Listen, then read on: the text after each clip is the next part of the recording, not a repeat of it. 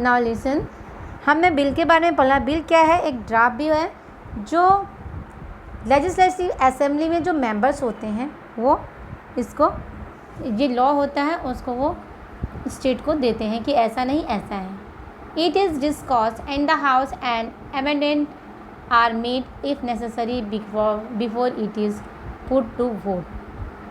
If the bill is passed, it is sent to governor for approval. It becomes an act only after the governor signs it.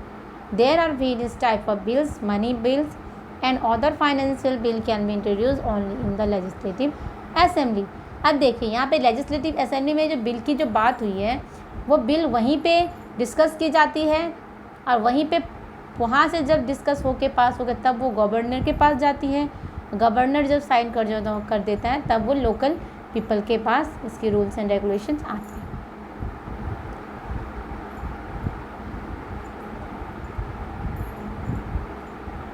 और TET bit में देख सकते हैं यहाँ पे लिखा है कि मेंबर ऑफ लेजिस्लेटिव असेंबली को एमएलए कहा गया है, वहीं मेंबर ऑफ लेजिस्लेटिव काउंसिल को एमएलसी भी कहा गया है। देख सकते हो आप। और ये आपके एमएलसी और MLA. The member of legislative assembly elect speakers and deputy speaker from them. The speaker and deputy speaker normally holds office as long as the mobs remains. ये कुछ जो मेंबर होते हैं लेजिस्लेटिव असेंबली के वो अपना एक स्पीकर चुनते हैं जो उनके प्रतिनिधि पे बोल पाए और एक डिप्यूटी स्पीकर चुनते हैं जो सारी चीज़ को हैंडल करते हैं। The speaker conduct the proceeding of the assembly in this absence. In his absence it is the deputy speaker who perform the function of the speaker. जब कभी स्पीकर एब्सेंट हो जाता है या कोई कारणवश वो नहीं आ पाता तो उसका काम कौन करता है? डिप्यूटी स्पीकर जो है, जो हायर किया रहता है पहले से, वो काम इसका करता है। नाउ सी लेजिस्लेटिव काउंसिल, यानी कि विधानसभा के बारे में तो हमने पढ़ा, लेकिन विधान परिषद के बारे में हम अब पढ़ेंगे, जिसको हम एमएलसी भी बोलते हैं, मैंने अभी आपको बताया। Legislative Council is the upper house of the state legislature. Only 7 states in India: Bihar, Maharashtra, Karnataka, Uttar Pradesh, Telangana, Andhra Pradesh, Jammu and Kashmir, and have the upper house. The member of this house are known as member of Legislative Council, that is MLC. ये ही जो member हैं वो क्या है? Legislative council को MLC में कहा जाता है। वो कौन से 7 स्टेट हैं? जैसे नाम यहाँ पे दे रखा है आपको, जैसे कि कर्नाटका, उत्तर प्रदेश, महाराष्ट्र, तेलंगाना, आंध्र प्रदेश, जम्मू कश्मीर, ये सब जगह पे ये सब जो स्टेट हैं वो सारे MLC में आते हैं। Now see the member of legislative council और Vidhan Parishad are not directly elected by the people. They are elected by the following manners. ना ये जो इलेक्शन है, ये जो सेलेक्शन है इनकी जो होती है वो एक डायरेक्टली इलेक्शन से नहीं होती। कुछ रूल्स एंड रेगुलेशन है, देखिए यहाँ पे।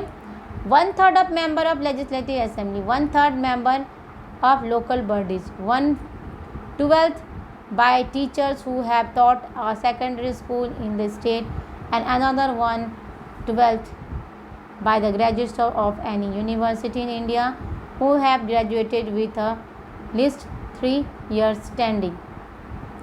1/6 member are famous people in the field of art, literature, science nominated the government of the governor of the state.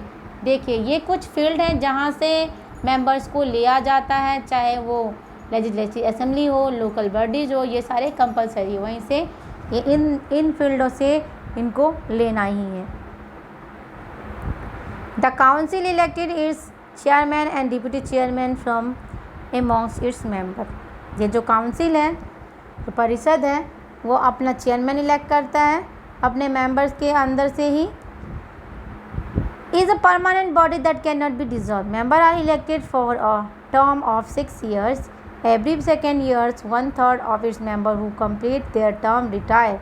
Election are then held to fill up their seats. और ये इसका जो अवधि है 6 साल की होती है ये, और उसमें जो रिटायर होते जाते हैं उसके लिए नई पोस्ट खाली होती जाती है और उनको लिया जाता है। To become a member a person need to be citizen of India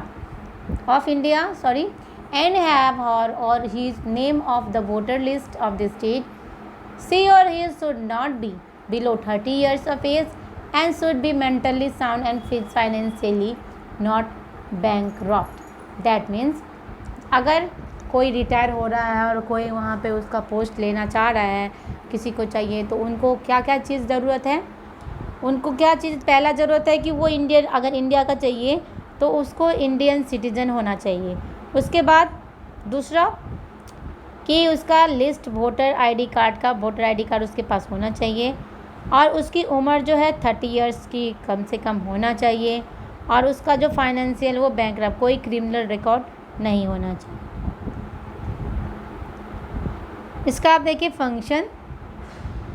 Among many functions of the legislature, the most important are making laws and predicting the budget. Laws are made for those subjects that come under the state list. ये इनका काम main क्या होता है? Law यानी कि कानून बनाना, ठीक है, और बजट फाइनेंशियल करना, जैसे मनी बिल के बारे में हमने पढ़ा पहले। While the central government makes law on the subject that are national importance like defense, foreign affairs, banking, railway, the state government make law on the subject of local importance like agriculture. जो state government और central government के दो अलग अलग नियम कानून होते हैं और काम होते हैं। आपको हम दिखा दें कि सेंट्रल गवर्नमेंट क्या काम करता है, लॉ बनाता है, that is in national level, जो नेशनल लेवल पे जैसे कि एफआईआर, रेलवे, और जो स्टेट गवर्नमेंट है वो लोकल लेवल पे बनाता है, जैसे agriculture, trade, commerce, education, ETC. कानून बनती है लेकिन सबकी अपनी अपनी जगह से। State executive.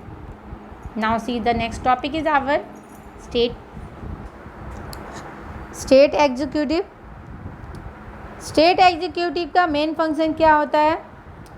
कानूनी बनाना। देखें यहाँ पे क्या लिखा है, the main function of state legislature is to make law. The state executive implements the law. Implement और बनाने का काम पहले हमने किया, उसके बाद काम को बनाना, रूल्स तो बन गए लेकिन फॉलो जो करवाने का काम होता है वो क्या करता है? स्टेट एग्जीक्यूटिव का काम होता है।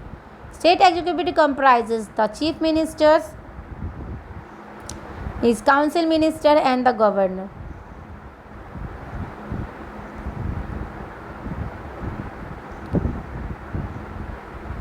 Chief ministers, and after the elections, MLAs belonging to the majority of the party elect their leader who become the chief minister.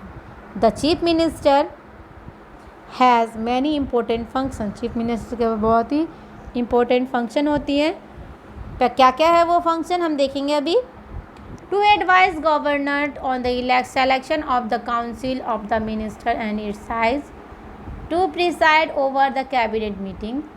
To distribute portfolios among ministers, to appoint a deputy chief minister if needed, to retain charge of some portfolios if needed.